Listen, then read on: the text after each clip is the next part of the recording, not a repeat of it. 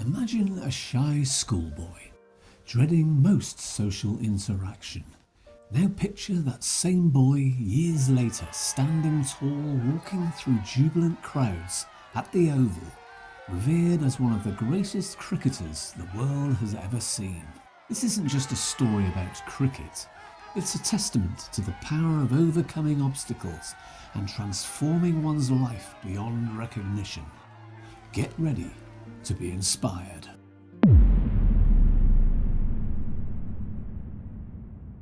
Our story begins here, in one of the most unlikely places, a car park behind Co-op's supermarket in a residential suburb of Greater Bristol. But if we were standing near this spot 167.5 years ago, we'd be standing here, with that little schoolboy's father, Dr. Henry Mills Grace, and Mother Martha posing in front of the Chestnuts, the Grace family home. In the other direction, a small orchard, the middle trees cleared by this cricket-obsessed family to create a first-rate practice pitch. Hi there, it's the 12th of July 1858 and a young WG Grace starts a new term. It's Monday morning. Today we're going to take that journey 2.5 miles away, all the way to Mr. Aaron Curtis Academy at Prospect House in Winterbourne Down. His late 1850s route can largely be determined between two possibilities. So we simply walk one way there and take the other way back. Accompanying him that day was likely this very special visitor, staying at the house and recently back from Australia. Someone WG probably had no memory of, being only 3.5 years old when he left. But now back, William Gilbert Rees, his cousin and godfather, whom WG was named after, spent quality time together, which made a huge impact on our little lad, and quite a defining turning point in his young life. So now it's time to head off. I've got my day pack full of all the bits and pieces I need.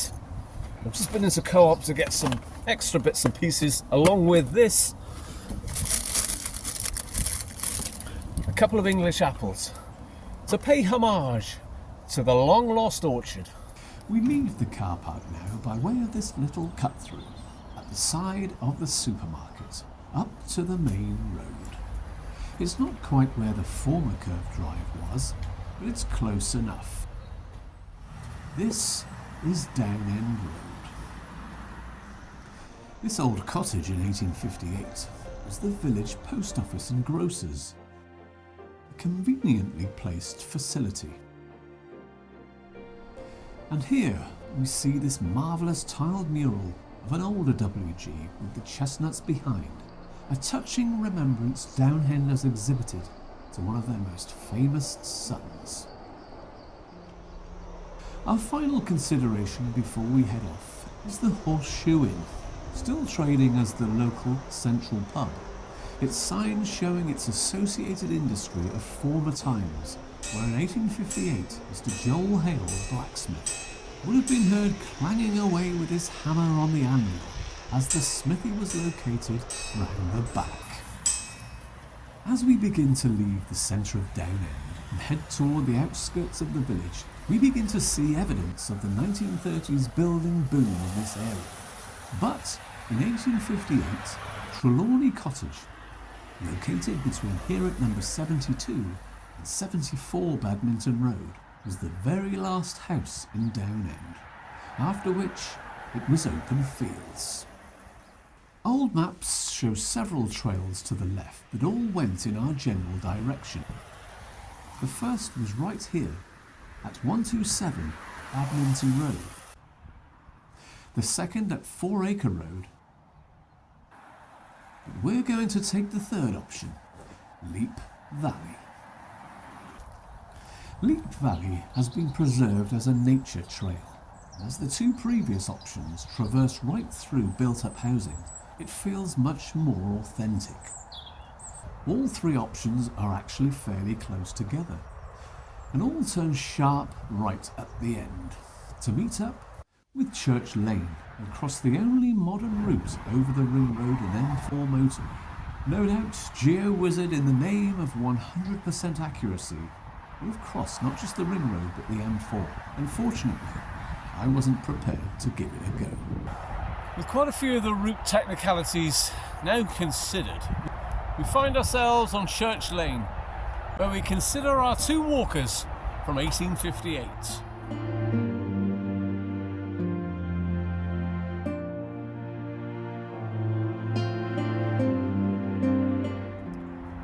WG Rees was very attentive to his godson and wanted to assist him in any way he could with any problems that he may have. There was, of course, one thing that the young WG did have an issue with, something that meant so very much to him, meant the world to him, playing cricket, and in particular, batting, the art of batting. Rees was an exceptional batsman himself and was the best person to ask.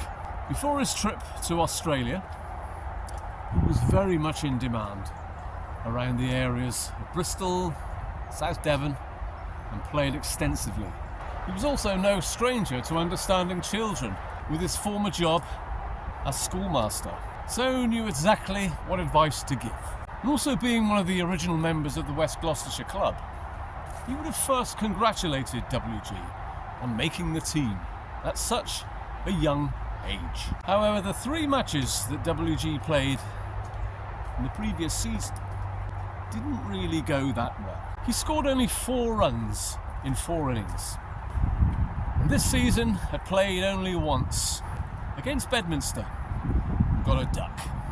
The next match for the West Gloucestershire was on Thursday and Friday, but unfortunately his father didn't select him for that game. One of WG's later biogs mentioned these days where he said he couldn't make the progress he longed for. He tried back then as hard as he'd ever tried anything in his life. The technique that was being honed to WG, courtesy of his father and his uncle, would have stood out massively to Rees in a time where sound batting technique, especially in youth players, was very rare. And back then, club cricket was decidedly different. They were mostly 2 innings matches, mainly played over 2 days, and sometimes over in 1.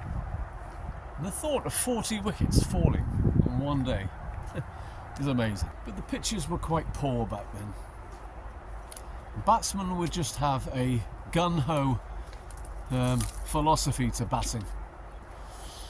In that system of let's get as many as we can on the full-out attack before we get out. So to have a sound defensive game was really quite important. Yes, you could play attackingly on those poor balls, but those good balls, they needed defending.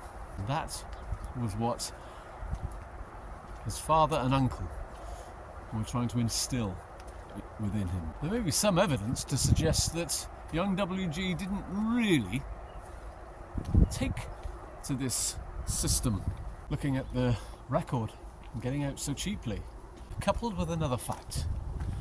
He was seeing his brother Edward, who had a very attacking game, getting some sort of success around the time. He may have struggled to actually accept what his father and uncle were trying to teach him. But no doubt Rees would have backed them up and said, this philosophy of this defensive game is the game you need to perfect. And really, let's face it, WG looked up to Rees and would have therefore listened to what he said and stuck with the plan.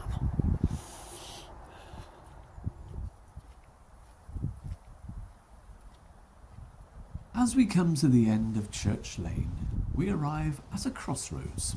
Although our route carries straight on, off to the left over a fairly high wall, Rees may have spotted the top half of the amazing Moor End Farm, with its imposing gateposts dating from 1640, and may be asked if he didn't mind that he took a closer look for a moment or two.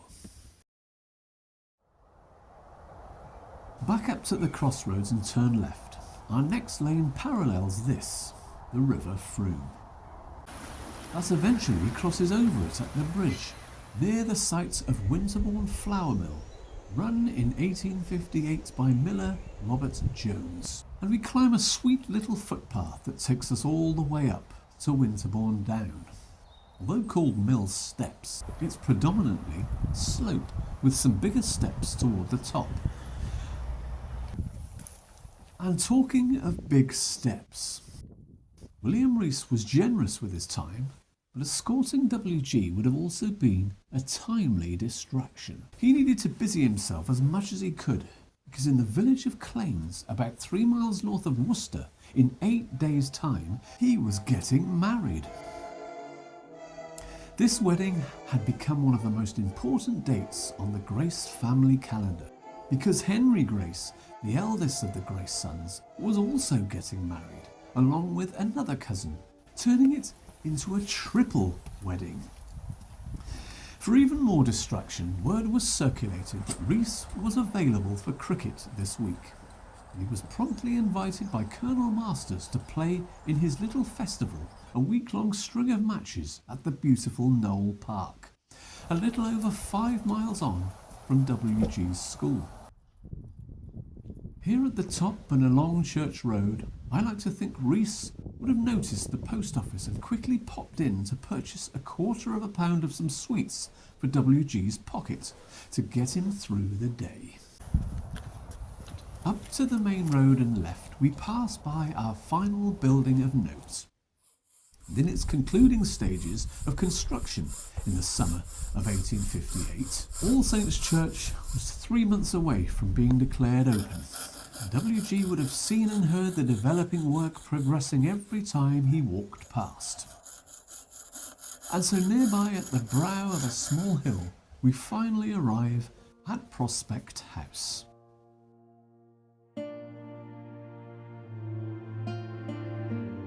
Rees bids farewell to WG, carrying his journey onward to Knowle Park.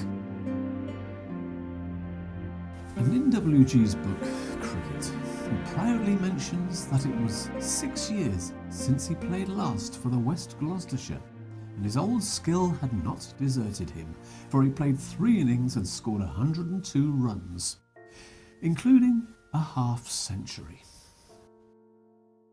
When Rees returned to the Chestnuts, and before the whole family set off for the Worcestershire wedding, there was the birthday celebration of WG. Everyone in the family gave their presents, including a special gift by his godfather. It was what he had long wished for, a cricket bat, one that suited his height and strength, but in particular, a bat that WG desired above all others, one with a cane handle. The best birthday present he could ever have dreamed of receiving. Next week, documented history repeats itself as I make a cup of tea at a Roman camp, wonder what these things are doing in the middle of a village, and reveal the scandalous and shocking reason Dr. and Mrs. Grace removed WG from Prospect House.